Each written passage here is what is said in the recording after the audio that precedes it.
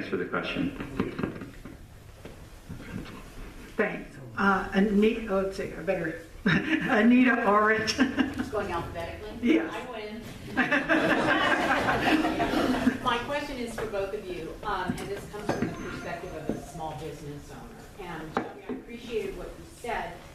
What I'm going to bring up is kind of what's happened, but I would like to hear from Moses and how he would change that. Since I've lived in this community for 11 years, I've been involved. I went to those meetings. I went to the meeting when NIC came up and we were in here walking around, and I have always struggled with feeling that my voice was heard.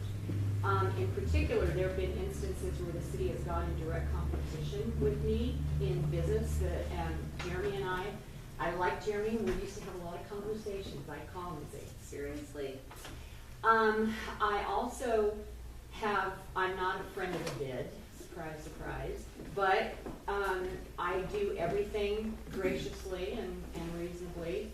And the first time that I heard from someone in the community that a private business was getting paid out of for something out of bid monies, I went and asked for a meeting, and we talked about it.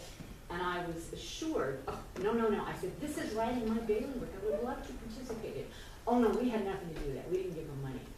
Well, then the next time around, in 2014, as I pulled up the budget, when the bid came to ask for approval of the budget, that private business was a line item. And they're a line item in 2015. And my question to both of you is, when is the city going to stop picking winners and losers? And when is the small business? I had the city admin tell me when they kicked the people out of the or removed the people out of the commercial kitchen. I know some of these people, and I was told by Jeremy that, well, they weren't really businesses.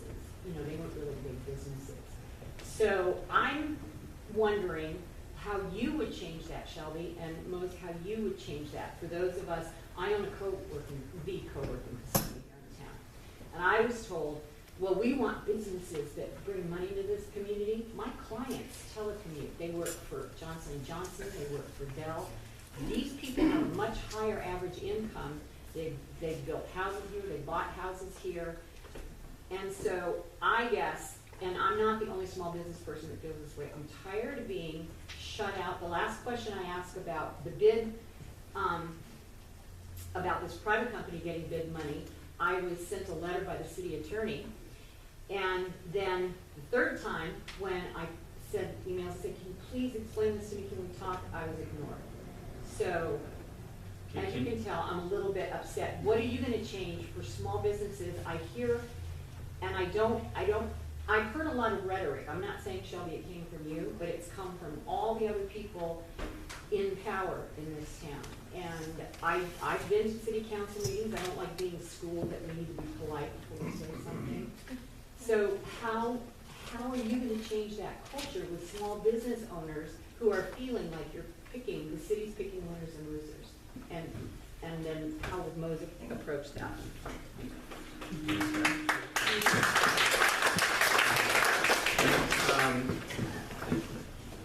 Very long statement. I know, I'm sorry. Brevity. I'll take out the high points. Hopefully I can get to them. Let's see.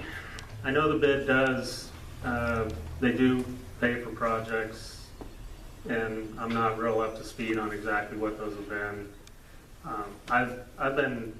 I'm not a real big supporter of the bid. I'm actually not a supporter of the bid. I wasn't a supporter of the DSBA either. I've been on record as saying that for 4 years publicly. When I ran for mayor 4 years ago, I said, I don't feel like Sandpoint needs that. The businesses downtown are free to make their own association that is not attached to city government in any way. And they probably have more freedom to do more things that way too. And it keeps above board. A private volunteer type organization can probably do a whole lot more good, from my experience from working with many of them. Your freedoms are really unlimited as far as what you're able to do and how much help you're able to provide. One of the great things is volunteer-based doesn't have high administration costs with paid employees, which I understand, you know, you probably need people that are professional, but aren't we working in a business community with a ton of professionals that have successful operations, that have employees who, you know, those are the professionals, I think. So the bid needs an up or down vote from the businesses. It needs, and that needs to come from, the city needs to force that, I think, because it's been scuttlebutt and rumor and a topic all over for a long time. And if it's affirmed and it's an upvote, then I think they have a responsibility to the people who voted no on it to do better. And, you know, it should be 100% open. There shouldn't be any kind of feeling of behind the scenes or favoritism. But I do believe the mayor is the leader of the city. The mayor should have a strong voice in whether, you know, that stuff is being taken care of, instead of, it looks good to me, you know, they're handling it on their own. I know that just recently, Jeremy, no, I'll take that back, different topic. I won't get into that, but thank you. Thanks for the question. First of all, the bid is enabled by Idaho law. A majority of businesses in a designated district you're familiar with the process. They can similar.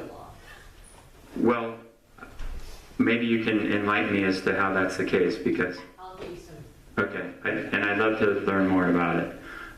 What I do know is that it's also within the power of the bid. The membership of the bid can choose to dissolve themselves. As far as I'm aware, there was an effort made a few years ago, I think maybe 4 years ago or so, to do just that. And from what I'm told, they didn't gather enough signatures to do so.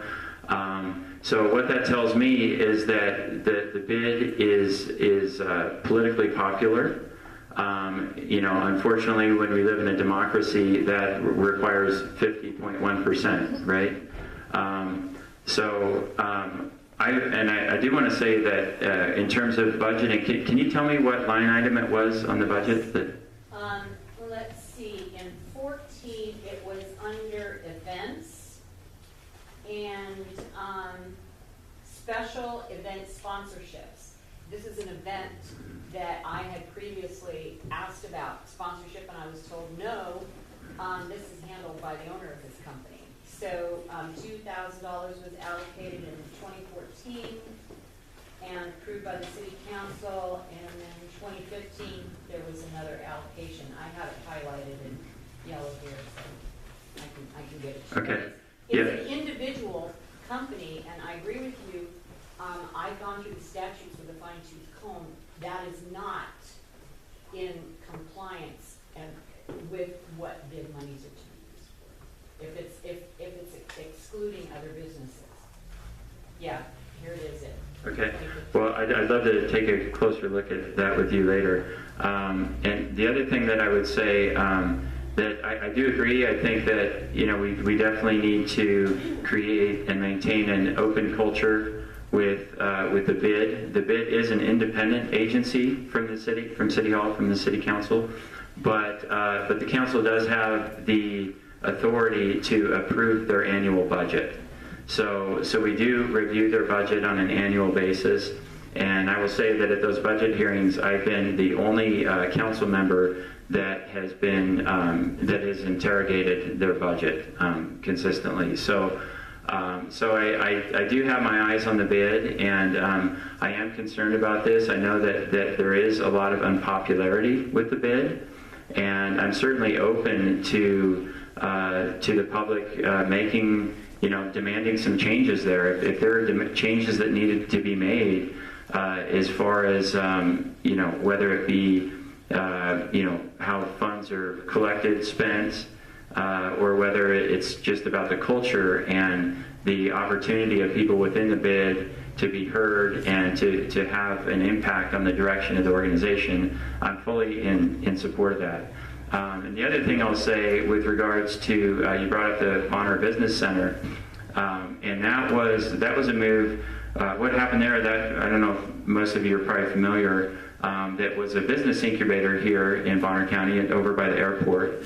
And 2 years ago, I think it was, we basically, that facility was leased to Leadlock, which is a medical device manufacturer that started here in Sandpoint and is growing rapidly.